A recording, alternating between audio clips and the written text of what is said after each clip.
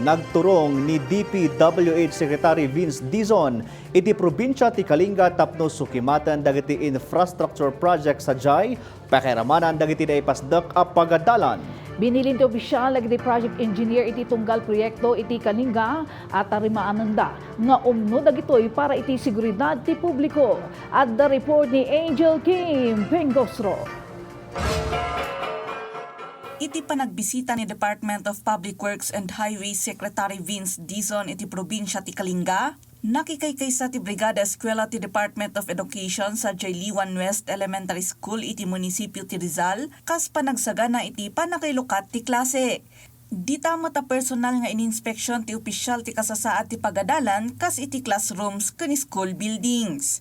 Inkarina ti dagos a panakatarimaan ti kasilyas iti tunggal silid pagadalan, ken panakatarimaan ti sistema ti danom sakbay amang dugi ti klase intun June 8. Marami tayong mga pwedeng gawin na repairs bago magpasukan next week. So lahat yun gagawin natin.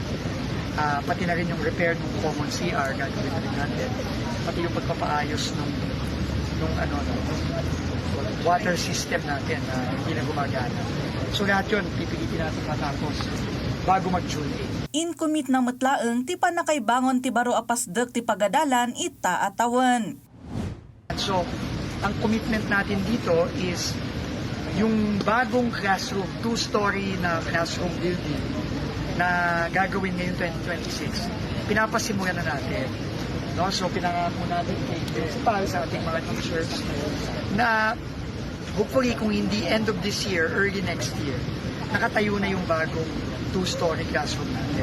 Kabayatan na, ininspeksyon ni Department of Public Works and Highways Secretary Vince Dizon ti sumagmamano nga infrastructure projects iti probinsya ti Kalinga, apakairamanan ti Alyog Bridge, road slip area iti Kinama Rizal, kanti manarimaan a bypass road construction iti Dilag Tabuk City.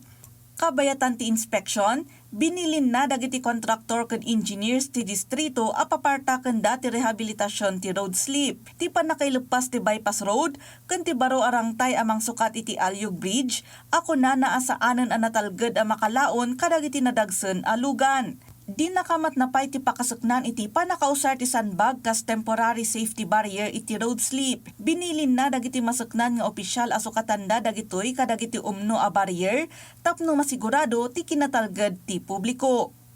Anjel Kim Pengosro para iti Pambansang TV, iti baro a Pilipinas.